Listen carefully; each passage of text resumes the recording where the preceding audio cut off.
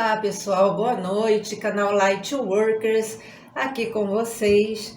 Hoje nós vamos complementar o conteúdo de ontem, que infelizmente foi cortado, não é? Lamentamos imensamente o ocorrido. E você que nos visita pela primeira vez ou nos acompanha lá pelo Instagram, nós somos um canal que ajuda as pessoas a expandirem a consciência e despertarem. Então, gratidão a todos que nos acompanham, todos que nos apoiam, a todos que dão suporte para que nós estejamos aqui e gratidão pela vida de todos que existem na nossa linha de tempo, não é, Lua? Muita paz em seus dias. Está fazendo um calorzinho aqui, por isso que ela está um pouco acalorada. Como é complemento de conteúdo, eu vou deixar ela aqui no meu colo, aqui para baixo, à vontade. Como é complemento de conteúdo, a gente recomenda que você veja o conteúdo de ontem e o de anteontem, para que você se situe bem, para entender melhor o que a gente vai falar hoje. Então, o conteúdo de ontem parou justamente na hora em que nós estávamos falando do amor incondicional, aquele amor que vem da fonte criadora e que libera, né? E dissolve toda a maldade, libera a gente dessa maldade, e os seres arcônicos, que são os seres que não têm forma e que vagam consumindo a energia luz, eles não suportam a manifestação desse tipo de amor, dessa vibração que esse amor produz e essa energia. Então, essa frequência. O que nós vamos complementar, então, é bem óbvio, o processo de despertar e a expansão da consciência estão ficando bem difíceis, porque o tempo está se acelerando, está acabando, então no tempo que nós conhecemos como agora, as coisas estão muito aceleradas. E gostaríamos de esclarecer que nós não existimos para negativar as coisas, nós estamos aqui para aprender junto com vocês. Então deixa eu voltar aqui ao minha colinha, não é? Espera aí um minutinho só. Ah, tá. Então, hoje também vamos dar uma paradinha aí e você vai ver o desenho que eu fiz há muito tempo. Olha aí, olha ele aí. Foi o meu primeiro avistamento, eu tinha 5 anos de idade e eu só descobri o que era quando vi um documentário na TV falando sobre objetos voadores não identificados. E eu fui lá nas minhas pastas procurar onde é que estava o desenho que eu tinha feito, já na fase adulta, né? Poderia ser um TR3B? Volta aqui para mim. Poderia, mas ele não emitia barulho, ele estava simplesmente imóvel acima da minha cabeça e parecia que ele era feito de um cobre envelhecido, como se fosse um cobre gasto. Ele não era brilhoso, era como se ele tivesse passado por muitos conflitos e as engrenagens que eu vi por baixo, elas não giravam, estavam exatamente como eu desenhei. E aproveitando, terminando, porque só faltavam poucos minutos do conteúdo de ontem, nós fizemos um conteúdo falando sobre aquele terceiro segredo de Fátima, que acabou não sendo segredo e acabou sendo um grande conflito, né, dentro da hierarquia da igreja, porque houve uma divisão, uma cisão, uma ruptura por causa disso. Então foi algo muito interessante, e alguns inscritos que estiveram lá mandaram fotos do local, pediram que a gente desse uma olhadinha e falaram alguma coisa a respeito. Então a gente vai ler aqui o primeiro conteúdo do primeiro inscrito, o primeiro depoimento de um inscrito, que ele falou assim: acabei de assistir ao conteúdo de hoje, creio que vocês já devem ter lido, mas se não leram, fica a dica, a recomendação de uma obra de 1982 intitulada Intervenção Extraterrestre em Fátima. Estive lá no mês passado e a minha visita foi totalmente diferente após a leitura desse livro. Agora, muito bem catolizado, local que outrora fora um campo pobre e humilde, hoje emana uma energia esquisita. Eu não sei explicar direito, mas perto de onde o ser aparecia, eu fiquei arrepiado todas as vezes que estive lá. Passei 3 dias, olhei o céu de dia e de noite, mas não tive a oportunidade de ver nada diferente, infelizmente. Peraí. De resto, o mesmo de sempre, muitos símbolos, e ele nos faz reparar o pano atrás da estátua, que tem muitos círculos, muitas espirais, tem sinais, tem caminhos, ruas estranhas, que um observador não desperto, ou que pelo menos tenha lido algo sobre a temática, ao passar por lá, não perceberia. Seguem algumas imagens para vocês, abraços, gostei muito do conteúdo de hoje, muito obrigado. Então a gente vai mostrar agora, vamos lá, alguns zooms que a gente deu nas imagens enviadas, sensacionalizar o conteúdo, sempre estimulando você a pensar, a analisar. Você pode ver este vídeo quantas vezes você quiser, você pode tirar print para analisar, quando você quiser também, dentro do discernimento e da sabedoria que existem no processo de despertar. Nós achamos essa foto aqui, um zoom, olhando mais de perto, bem bizarra. Se você olhar com mais atenção, sem muito comentário, ela é bem esquisita. Então, volta aqui para mim. Recebemos umas imagens também de outra inscrita que disse assim: assistindo ao vídeo, resolvi compartilhar a minha última visita a Fátima. Estive no santuário e uma imagem que está acima do altar me chamou muita atenção de imediato. Se você ampliar a foto, verá os seres ali retratados. A figura especificamente, que penso que se refere a Nossa Senhora, parece um ser não humano, se repararmos bem nas mãos e no rosto. Quando olhei para essa imagem, tive um desdobramento no nível de consciência e fui para o subterrâneo daquele lugar. Isso é a nossa querida aqui comentando, tá? Lá vi criaturas de formas muito feias, como se estivessem se alimentando de tudo. Tudo quanto é tipo de sentimento, emoção, vibração e coisas muito pesadas. Levei um susto, voltei imediatamente e saí para fora da basílica. Me senti vigiado o tempo todo. Percebi presença de criaturas humanas, mas muito suspeitas em suas atitudes. Em uma noite, na hora da procissão das velas, que acontece todos os dias às 21 horas, uns amigos que foram, após o jantar, dar uma volta aos arredores do santuário, constataram a presença de 3 naves sobre ele. O que estariam fazendo? Coletando energia, alimento energético? E dizem, alguns relatos, que a igreja tomou todas aquelas terras onde se encontra hoje o santuário das famílias das crianças contatadas. Eu soube também que a Lúcia foi substituída por outra para contar uma história mais conveniente e condizente com os interesses daquela época, os verdadeiros acontecimentos, penso eu, através de algum ser que serviu de Wi-Fi para transmitir as mensagens cujo cunho e objetivo foram distorcidos e não alcançados. É uma leitura minha, ela diz. Já na trilha, onde aconteceram alguns contatos, no meio da natureza, a energia é outra, uma paz e uma luz incrível.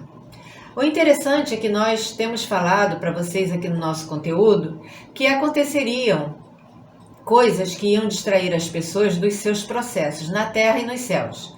Ainda não aconteceu em nível global, mas aqui na Terra, principalmente em nosso país, tem um assunto aí, né, que a gente já fez um vídeo e a gente não explicou nada, porque a gente não é um canal que documenta as coisas, a gente não é um canal que fica fazendo reportagem a respeito das coisas, mas foi algo ruim, foi uma tragédia que aconteceu e os canais estão aí replicando as coisas e as pessoas estão como os insetos na luz, não é? Sendo atraídos por essa luz, sendo arrastados por uma energia negativa que vai se entranhando na mente, né? Como um caramujo que ele vai se arrastando e deixando aquela gosma luminosa para trás. E não deixa de ser caramujo. E as pessoas vão lá e, sem querer, produzem a energia justamente que serve de alimento para esses seres arcônicos que pode ter certeza, não tem ser benevolente por lá, nem energia positiva. Fica a dica aí. Então, a nossa intenção aqui, vamos ressaltar, não é apontar o dedo, nem ferir a fé de ninguém. Só queremos lembrar que, dentro do processo de despertar e da expansão da consciência, nós precisamos desapegar das velhas crenças, deixá-las para trás. Algumas pessoas ainda não entenderam a diferença entre uma coisa e outra, e posteriormente nós vamos fazer um conteúdo explicando isso direitinho. Complementando, no leito de morte, em fevereiro de 1920, uma das crianças, já idosa, a Jacinta, disse a uma madre: há um segredo do céu e um da terra, e esse é assustador, parecerá como se já fosse o fim do mundo, e nesse cataclismo tudo será separado do céu, que ficará branco como a neve. Na nossa visão, na nossa interpretação, parece que a realidade vai ser mostrada realmente por trás dessa ilusão da Matrix. E tem mais uma declaração aqui. Em 1981, enquanto visitava uma cidade na Alemanha, o Papa João Paulo II foi questionado sobre a mensagem secreta. E ele disse: devido à seriedade do conteúdo do segredo, meus predecessores do trono de Pedro preferiram, vamos repetir essa parte? Meus predecessores no trono de Pedro preferiram adiar a publicação. Além disso, pode ser suficiente para o povo cristão saber que, se há uma mensagem dizendo que os oceanos inundarão partes inteiras do globo e milhões de pessoas morrerão de um minuto para o outro, não é realmente o caso de desejar a publicação dessa mensagem secreta. Então, com essa declaração, ele já disse tudo, E depois da declaração, um padre chamado Joseph de Saint-Marie disse que não haja histeria sobre datas ou sobre expectativa de castigos, porque as datas são desconhecidas, mas o castigo é certo. Depois a gente volta para falar de um lugar que não faz parte do roteiro do Senhor dos Anéis, chama-se a Vila San Sebastián de Garambandal, onde um ser, supostamente o mesmo ser, apareceu a 4 meninas que tinham de 11 a 12 anos, dizendo que haverá um milagre global, onde todos poderão filmar e televisionar. Hoje nós temos a internet aí transmitindo tudo em tempo real, não é? O ser não permitiu que nada fosse contado e que um dos papas seria o último papa. E o papa que esse ser mencionou já se foi, já tem outro, então não foi o último. Isso não descocria o que tem sido cocriado para uma realidade, para um tripé do sistema.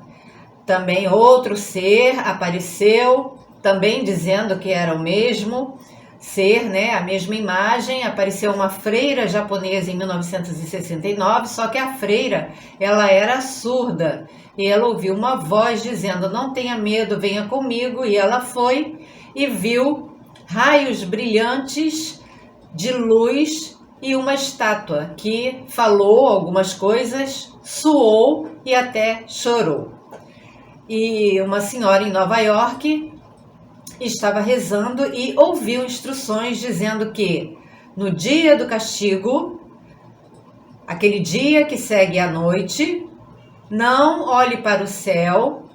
Parece o nome daquele filme, Cuidado com o nascer do sol. Parece com aquela série que eu esqueci agora o nome, onde as pessoas viajam dentro de um avião sempre na direção da escuridão, porque há um cataclisma na Terra e o sol acabou com todo mundo, só não acabou com aquele pessoal que estava dentro do avião, que estava na parte não iluminada. Então eles precisam de combustível, a série se baseia nesse roteiro, eles ficam girando aí a Terra, sempre fugindo do sol. E a mensagem continua: feche a janela, as persianas, fique dentro de casa. Parece até o filme, Caixa de Pássaros, e aquele horroroso Caixa de Pássaros, a continuação de Barcelona, terrível, mas mostra como os seres enganam, dizendo que são da luz e se aproveitando das crenças humanas. Então, se você não for muito sensível e estiver protegido energeticamente, você pode ver o Caixa de Pássaros de Barcelona tranquilamente. Ela continua, não busque seus animais, mantenha velas abençoadas, cobertores e comida dentro de casa. Eu não sei o que foi isso. Não foi o telefone. Vamos continuar. Isso foi em 1973 e depois disso um bispo nova-iorquino disse que não há credibilidade em nenhuma palavra dessa senhora. Por fim, finalizando aqui também, outra voz disse a essa senhora: olhe para cima. Primeiro não olhe para cima, depois disse olhe para cima, porque os seus olhos humanos não conseguem ver o que está lá em cima, mas há uma bola de origem desconhecida e é a bola da redenção. Então fica aí para vocês um conteúdo, finalizando de ontem, para pesquisa e a busca de respostas que ressoem no coração de cada um dentro dos seus processos, relembrando que tudo isso é fruto de pesquisa dentro da espiritualidade e também dentro do nível ufológico.